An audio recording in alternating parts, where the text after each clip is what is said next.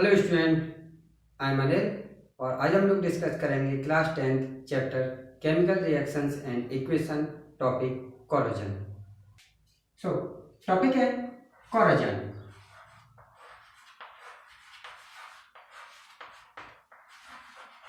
Before we define corrosion, first हम लोग clear करेंगे कि एक्चुअल में जो है वो कोरोजन क्या फिनोमिना है।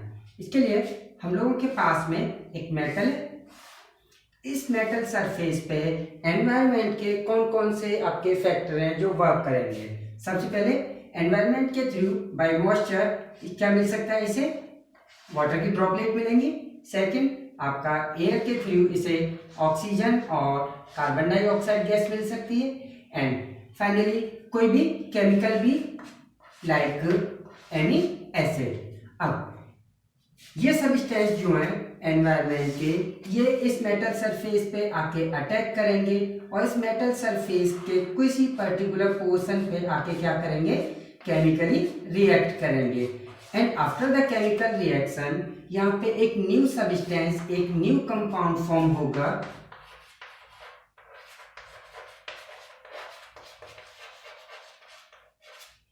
और इस सब्सटेंस की प्रॉपर्टीज जो है वो इस मेटल से क्या होंगी, डिफरेंट होंगी। Clear?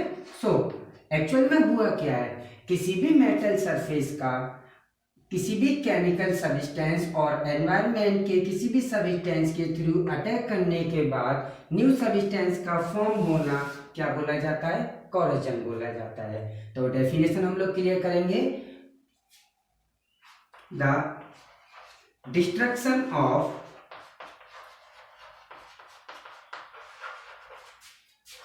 metal by the chemical reaction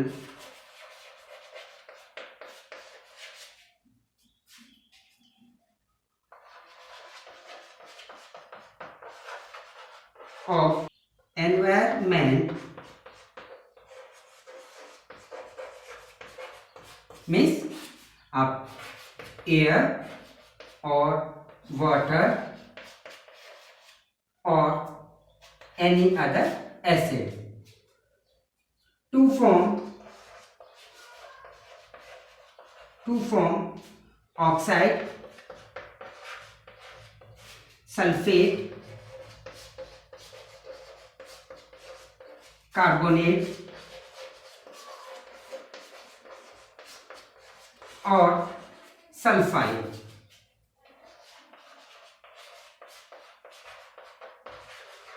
is called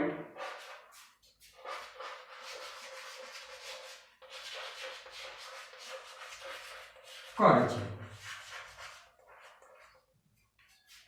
means किसी भी मेटल सरफेस का एनवायरनमेंट के एयर और वाटर के थ्रू रिएक्ट करने के बाद में उस मेटल का डिटोरिएट होना और न्यू सब्सटेंस फॉर्म करना। अब ये डिपेंड करेगा इस मेटल के ऊपर कि ये मेटल जो है इन सब्सटेंसेस के साथ मिक्स होके आपका कौन सा कंपाउंड फॉर्म कर रहा है। वो आपका ऑक्साइड फॉर्म कर सकता है, वो आपका सल्फेट फॉर्म कर सकता है, वो आपका कार्बोनेट फॉर्म कर सकता है, वो आपका सल्फाइड फॉर्म कर सकता है। इस पूरे के पूरे प्रोसेस को क्या बोलते हैं, corrosion. Now one thing, corrosion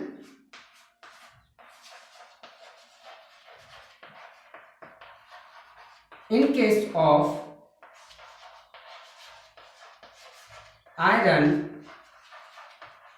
is known as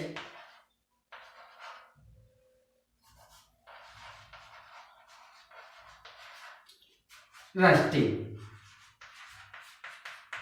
iron के केस में कोरोजन को क्या बोला जाता है, रस्टिंग बोला जाता है। क्लियर है? नाउ अब हम लोग नेक्स्ट पॉइंट जो चेक करेंगे वो ये चेक करेंगे डिफरेंट मेटल कोरोजन के बाद में उनका जो कंपाउंड फॉर्म करते हैं वो कंपाउंड कौन सा फॉर्म करते हैं एंड उन कंपाउंड का कलर क्या होता है। ना हम लोग चेक करेंगे colour of corrosion. Means after corrosion different metal जो है वो किस कलर का कंपाउंड फॉर्म करेंगे या कोरोजन के बाद में जो न्यू सब्सटेंस बनेगा उसका कलर आपका क्या होगा। तो फर्स्ट हम लोगों के पास में आयरन मेटल मेटल के थ्रू, ये मेटल कभी भी कोरिजन करता है तो कोरिजन के थ्रू जो कंपाउंड बनता है आपका Fe2O3.XH2O। क्लियर। नाउ इस कंपाउंड का जो कलर होता है वो कलर होता है आपका ब्राउन। तो कभी भी आपके लिए क्वेश्चन आए, write down the colour of corrosion compound on iron, तो आपका जो कंपाउंड जो फॉर्म होगा, इस कंपाउंड का कलर आपका क्या होगा, ब्राउन कलर। क्लियर है। क्लियर। नाउ नेक्स्ट हमारे पास में कॉपर।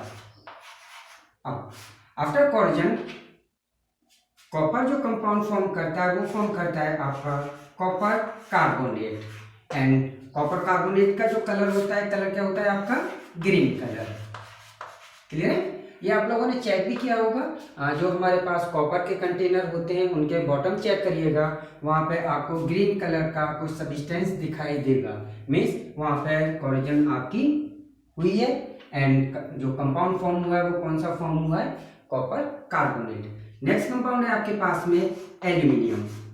एल्यूमिनियम जो कंपाउंड फॉर्म करता है आफ्टर कोरिजन, वो फॉर्म करता है आपका aluminium oxide, and aluminium oxide का जो कलर होता है वो कलर होता है आपका क्या, white colour. Clear. Now finally हम लोगों के पास में लास्ट कंपाउंड आपका सिल्वर, एंड सिल्वर पे जो कंपाउंड फॉर्म होता है सिल्वर का, सिल्वर सल्फाइड Ag2S, और इसका जो कलर होता है वो कलर होता है आपका ब्लैक कलर। सो अगर कभी भी आपके लिए कलर ऑफ कोरिजन पूछा जाता है फॉर आयरन, आपका वहां पे आंसर देंगे brown colour, copper green colour, aluminium white colour, and silver black colour, due to formation of these compound. जिस टाइप का आपका कंपाउंड बन रहा है वही आपका कलर यहाँ पे होने वाला है। तो आयरन में आपका कंपाउंड क्या फॉर्म हुआ है, आयरन ऑक्साइड, तो कलर क्या आएगा आपका, ब्राउन कलर। कॉपर में आपका कौन सा कंपाउंड फॉर्म हुआ है, कॉपर कार्बोनेट, आपका कलर क्या आने वाला है, ग्रीन कलर। एल्यूमिनियम का कोरिजन के थ्रू जो कंपाउंड फॉर्म होता है वो होता है आपका एल्यूमिनियम ऑक्साइड, कलर होता है आपका व्हाइट, तो हम लोग एल्यूमिनियम के लिए नोट करते हैं white powder. And finally silver, silver के लिए जो कंपाउंड फॉर्म होता है वो होता है आपका सिल्वर सल्फाइड, और हम लोग बोलते हैं कोरिजन जो होती है सिल्वर पे वो आपके ब्लैक स्पॉट पड़ जाते हैं। क्लियर। एग्जाम में जनरली आपके लिए क्वेश्चन किया जाता है कि कोरिजन जो है वो आपका किस टाइप का प्रोसेस है, मीन्स किस टाइप की केमिकल रिएक्शन है। सो हम लोग यहाँ पे चेक करेंगे कुछ रिएक्शन हम लोगों ने प्रीवियस लेक्चर में स्टडी की, लाइक आपकी combination reaction, decomposition reaction, displacement reaction, double displacement reaction. तो हम लोग ये चेक करने वाले हैं कि कोरिजन जो है वो आपका किस टाइप का प्रोसेस है। तो हम लोग ये पढ़ेंगे इन केस ऑफ आयरन। तो सबसे पहले हम लोग आयरन की रिएक्शन नोट करेंगे कि एक्चुअल में आयरन पे कोरिजन के ड्यूरेशन आपकी कौन से टाइप का प्रोसेस होता है, मीन्स केमिकल रिएक्शन आपकी क्या होती है। So iron oxygen and water के साथ रिएक्ट करके जो कंपाउंड फॉर्म करता है आपका Fe2O3.XH2। क्लियर। अब ना हम लोग एक चीज चेक करेंगे, यहाँ पे आपके कौन कौन से प्रोसेस हो रहे हैं। तो हम लोग जो भी चेक करने वाले हैं वो चेक करने वाले हैं इन टर्म्स ऑफ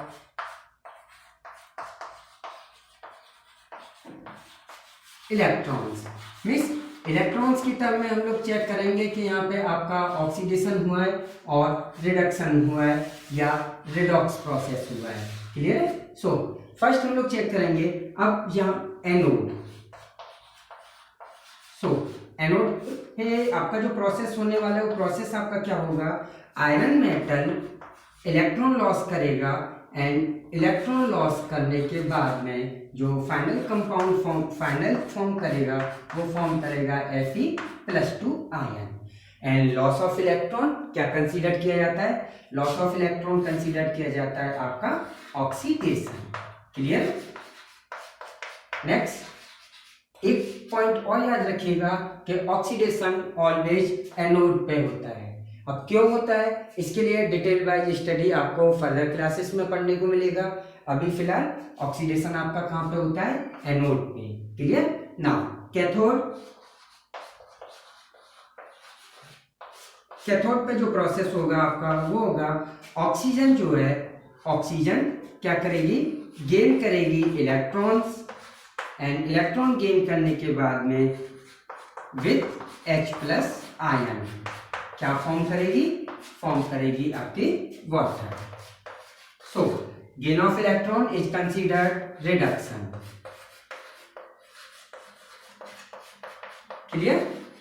नाउ ये आप लोग जानते हैं कि वो केमिकल रिएक्शन जिसमें कि ऑक्सीडेशन एंड रिडक्शन दोनों प्रोसेस साथ साथ हों, उस टाइप की रिएक्शन को क्या बोला जाता है, उस टाइप की रिएक्शन को बोला जाता है रेडॉक्स रिएक्शन। क्लियर? ये हम लोग लास्ट लेक्चर में पढ़ चुके हैं। सो आगे कभी भी आपके लिए क्वेश्चन आए कि कोरोजन किस टाइप का प्रोसेस है, तो आपका आंसर वहां पर क्या होने वाला है, रेडॉक्स रिएक्शन। एकदम क्लियर, कोई भी कंफ्यूजन नहीं। ना हम लोग जो डिस्कस करेंगे वो कौन कौन से फैक्टर हैं जो कि कोरोजन को इफेक्ट करते हैं। तो हम लोगों के लिए जो नेक्स्ट टॉपिक है factors affecting corrosion.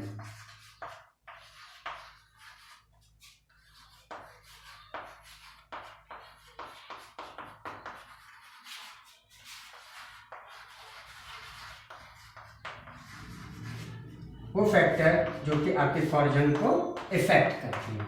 Clear? So first factor है हम लोगों के लिए एक्टिविटी ऑफ और reactivity of metal. Reactivity of metal first है आपके लिए। ये मीन्स हम लोग ये चेक करेंगे कि अगर हमारा जो मेटल है वो हाई रिएक्टिव है तो क्या कोरोजन उस पर इजीली होगी, या मेटल आपका लो रिएक्टिव है तो उस पर कोरोजन जो है वो किस रेट से होगी। तो ये पॉइंट बिल्कुल क्लियर रखिएगा, रिएक्टिविटी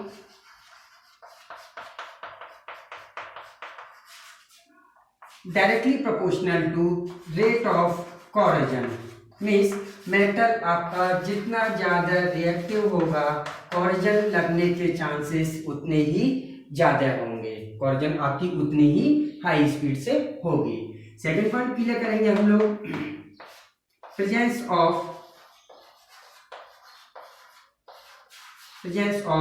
मॉइस्चर।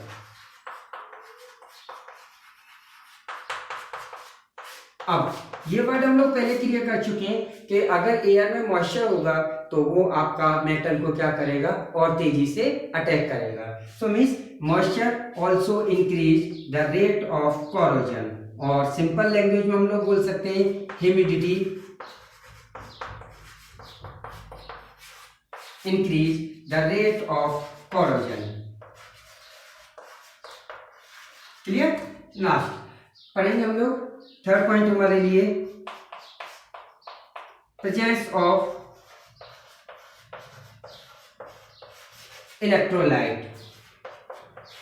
इलेक्ट्रोलाइट मीन्स वो सब्सटेंस जिनके एक्वस सॉल्यूशन में करंट पास किया जाए तो वो आयंस में ब्रेक हो जाते हैं। मीन्स आप यहाँ पे सिंपल सॉल्ट भी यूज कर सकते हैं। तो आप ये जानते हैं कि इलेक्ट्रोलाइट अगर हम लोग यूज करेंगे तो क्या होगा, आयंस में ब्रेक हो जाएगा, और अगर आयन में ब्रेक हो जाएगा तो वो आपके कोरोजन को प्रोसेस को और क्या करेगा, रैपिडली इंक्रीज कर देगा। So electrolyte, whenever electrolyte present in area corrosion also increase।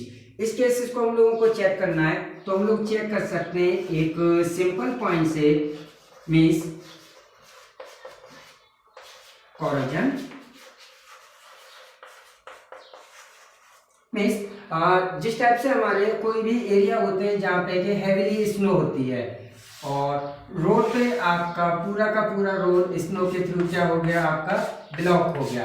अब यहाँ से स्नो को रिमूव करने के लिए, आइस को रिमूव करने के लिए आप क्या करेंगे, आप यहाँ पे किसी भी इलेक्ट्रोलाइट स्पेशली NaCl का क्या करेंगे, स्प्रे कराएंगे। तो ये अक्सर कर प्रैक्टिकली चेक किया गया है कि जिन एरिया में NaCl को यूज किया जाता है for deicing of ice from the road, corrosion वहाँ पे तेजी से लगती है आपके मेटल्स पे। So these are the three factors which affect the rate of corrosion. Means first factor आपका रिएक्टिविटी ऑफ मेटल, मेटल जितना ज्यादा रिएक्टिव कोरोजन की रेट उतनी ही हायर। सेकंड आपका प्रेजेंस ऑफ मॉइस्चर, मीन्स अगर एयर में वाटर प्रेजेंट है तो आपकी कोरोजन और फास्टली होगी। एंड फाइनली आपका presence of electrolyte also increase the rate of corrosion. Clear. Next point हम लोगों के लिए प्रिवेंशन मेथड मीन्स वो मेथड जिनके थ्रू हम लोग कोरोजन को क्या करेंगे, रिड्यूस करेंगे और कोरोजन को स्टॉप करेंगे। So before be studying the methods of prevention, first हम लोग क्लियर करेंगे। देखिए हम लोगों के पास में एक मेटल का ऑब्जेक्ट है एंड मेटल के ऑब्जेक्ट के जो आपकी कोरोजन को जो एनहेंस करने के और कोरोजन प्रोड्यूस करने के जो मेनली रेस्पॉन्सिबल हैं वो है आपके वाटर और ऑक्सीजन और CO2 मीन्स कोई भी गैस एंड फाइनली आपका एसिड। क्लियर।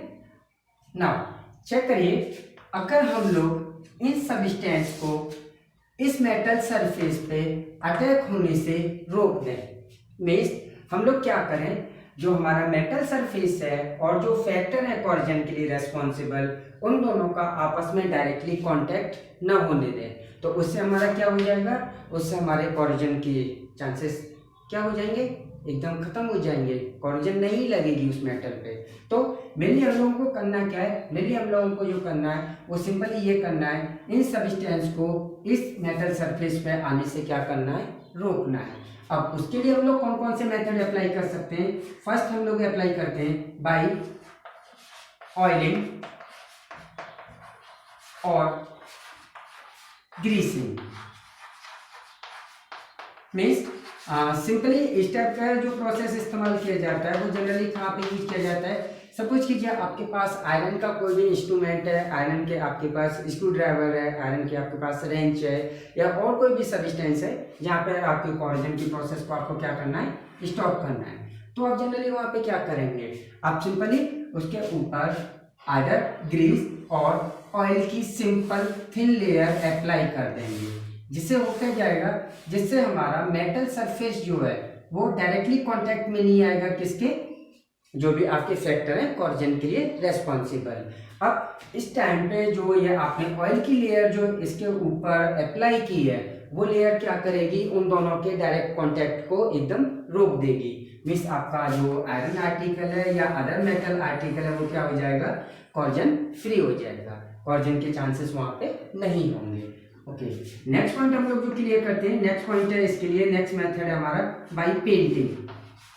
बाय पेंटिंग, अब ये मेथड जनरली जो यूज किया जाता है वो यूज किया जाता है आपके हम लोगों की जितनी भी बिल्डिंग्स होती हैं, बिल्डिंग्स के डोर, विंडो सेक्शन और अदर आयरन ऑब्जेक्ट जहाँ पे कि ऑयलिंग और ग्रीसिंग करना पॉसिबल नहीं होता। क्लियर। सो इस मेथड में भी आपका होता क्या है, सिंपल टेक्निक वही है। टेक्निक क्या है आपकी, जितने भी आपके कोरोजन के लिए रेस्पॉन्सिबल फैक्टर हैं उन्हें मेटल के सरफेस पे आने से आपको क्या करना, डायरेक्टली कांटेक्ट नहीं होने देना है। Clear. Now third mechanical method है हम लोगों के पास में, और ये मेथड हम लोगों का इंडस्ट्री में बहुत ज्यादा यूज होता है। प्रोसेस का नेम है आपके का गैल्वेनाइजेशन। गैल्वेनाइजेशन, तो ये एक्चुअल में प्रोसेस क्या होता है, ये प्रोसेस जनरली जो यूज किया जाता है वो मेनली आयरन मेटल के लिए यूज किया जाता है, आयरन मेटल के ऑब्जेक्ट्स के लिए यूज किया जाता है।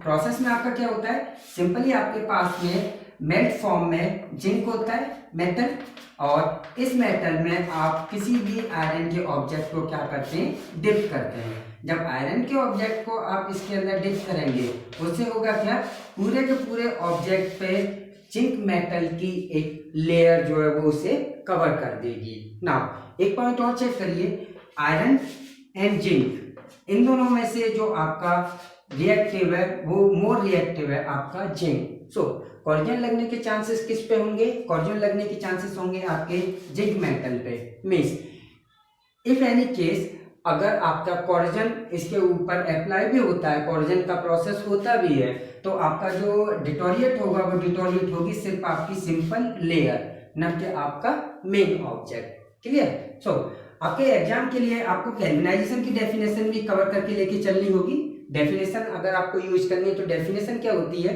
डेफिनेशन होती है the process of stop or prevent the corrosion of iron metal by applying a thin layer of zinc metal on iron object is called galvanization. Clear?